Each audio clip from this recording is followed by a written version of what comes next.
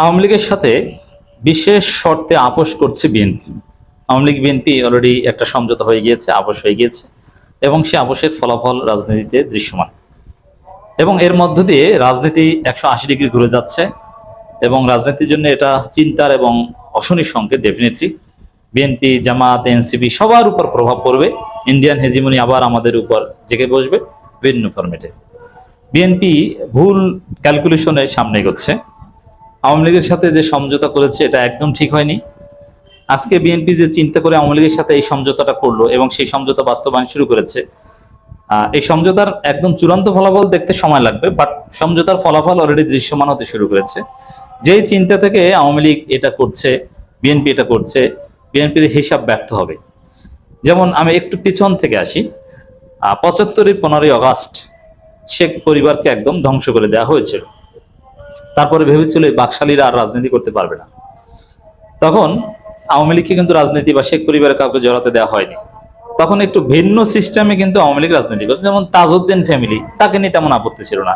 তাজউদ্দিনের wife Zohra Tajuddin বা আরো অনেকে আছে যারা এখন যেরকম রিফাইন্ড আওয়ামী লীগ বলি, তখনকার সময় রিফাইন্ড আওয়ামী লীগ সামনে এসেছিল, তারা আওয়ামী লীগকে সংগঠিত করেছিল। এক পর্যায়ে সেই রিফাইন্ড আওয়ামী লীগ জোহরা তাজউদ্দিনরা শেখ হাসিনার হাতে আওয়ামী লীগকে তুলে দিয়েছে। ঠিক তো বিএনপি এখন আওয়ামী লীগের সাথে আপোষ করেছে কোন শর্তে, আগে সেই শর্তে আসি। শর্ত হচ্ছে যে শেখ হাসিনাকে বিসর্জন দিতে হবে। আওয়ামী লীগ এখনো মোটামুটি যতটুকু শক্তি দেখাচ্ছে বা যতটুকু ঝটিকে মিছিল করছে বা যা দেখছেন, এগুলো কিন্তু শেখ হাসিনার নামে করছে। এমনকি তোফায়েল আহমেদের জানাজা থেকে শুরু করে যেখানেই আপনি যান না কেন, সব জায়গায় আওয়ামী লীগ শেখ হাসিনার নামেই স্লোগান দিচ্ছে। এবং শেখ হাসিনাকে আওয়ামী লীগের অনেকে প্রস্তাব দিয়েছিল যে আপনি নেতৃত্ব ছেড়ে দেন, আপনাকে দিয়ে হবে না, আপনি যেভাবে গণহত্যার দায়ে অভিযুক্ত হয়েছেন, ফাঁসির আসামি, তাতে এই আওয়ামী লীগের কোনো ভবিষ্যৎ নাই, বরং আপনি এখান থেকে সরে যান, আমরা নতুন প্রজন্ম নতুন একটা আওয়ামী লীগ নিয়ে শেখ মুজিবের চেতনায় রাজনীতি করি, মুক্তিযুদ্ধের চেতনায় রাজনীতি করি। কিন্তু শেখ হাসিনা বলেছেন যে না, আওয়ামী লীগ মানে শেখ হাসিনা, শেখ হাসিনাকে বাদ দিয়ে কোনো আওয়ামী লীগ নেই।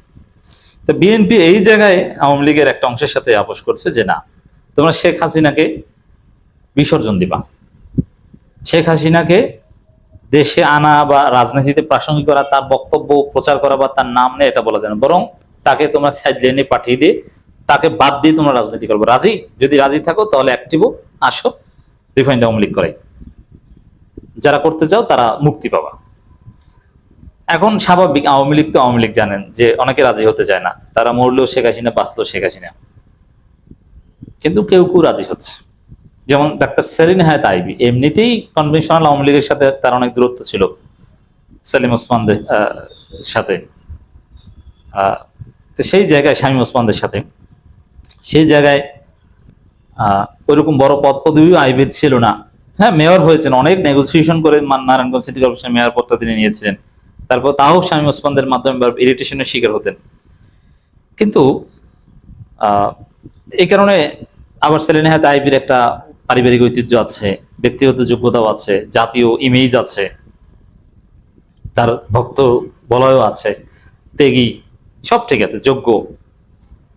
তো সেলিম হায়াত আইবি তিনি রাজি হয়েছে যে ঠিক আছে, শেখ হাসিনাকে মুক্ত করে শেখ হাসিনাকে বিসর্জন দিয়ে আমরা একটা রিফাইন্ড আওয়ামী লীগ করবো, আমাকে বাবা জামিন দেন।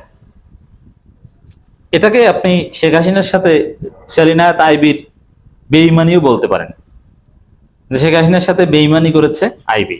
এভাবে উপস্থাপন করলে সমস্যা হবে না। বেইমানি করুক আর যাই করুক, আর আইবি মানে আইবি একা না। তো অবশ্য এটা আইবি সহ অল্প কয়েকজন নেতার সাথে এটা হয়েছে। সাবির হোসেন চৌধুরীরাও আছেন, সিলেটের মান্নান আছেন, সাবেক পরিকল্পনা প্রতিমন্ত্রী, এরকম কয়েকজনের সাথে আলাপ আলোচনা হয়েছে। কিন্তু গোয়েন্দা সংস্থা বা ডিজিএফআই এগুলো অর্গানাইজ করবে, এটা দৃশ্যমান হতে সময় লাগবে। এবং দেখবেন যে আওয়ামী লীগের অনেক নেতা কিন্তু জেলে, তার মধ্যে কিছু লোকের সাথে যেমন আনিসুল হক, তারপরে আপনার সালমান এফ রহমান, এরকম আরো কিছু নেতা আছে যাদের সাথে কোনো আপোষ হবে না। তবে যারা তুলনামূলকভাবে কম ডেঞ্জারাস, যেমন সেলিম হায়াত আইবি টাইপের, এরকম অনেকে জেলে আছেন, জেলা পর্যায়ের, মহানগর পর্যায়ে অনেকে আছেন। এই লোকগুলো তারাই মুক্তি পাবে যারা শেখ হাসিনাকে বিসর্জন দিয়ে আইবির রিফাইন্ড আওয়ামী লীগ করতে রাজি হবে, তারাই মুক্তি পাবে।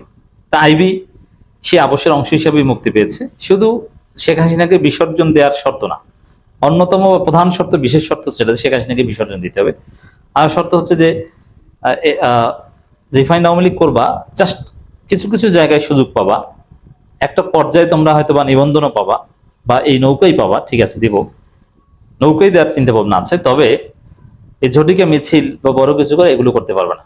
মিনিমাম 1.5 বছর 2 বছর বিএনপির যা বলে, সরকার যেভাবে বলে ওইভাবে চলতে হবে, তেমন কিছু করতে পারবে না। হ্যাঁ, 2-একটা মিছিল টিছিল করবা ঝটিকা, কারণ একদম না করলে তো আর হয় না, কিন্তু তাও করবা আমাদের নির্দেশ মতো। যেমন